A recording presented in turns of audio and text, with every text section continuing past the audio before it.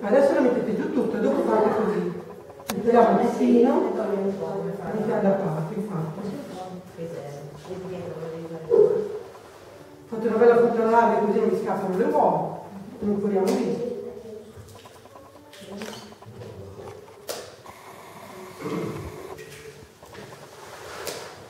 Abbiamo messo l'acqua e l'apice davanti alle mani perché qui ci consigliamo oggi.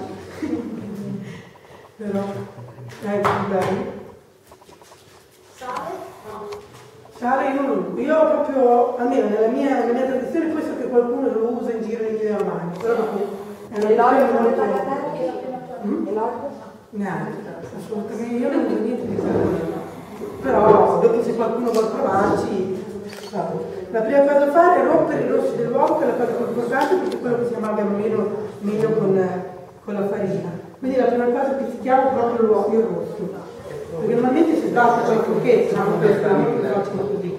Però siccome noi abbiamo le mani, io ho un braccialetto di quindi la prima cosa è fare un bellissimo facciugo rosso, dove sono andati, perché voi vi divertite un sacco.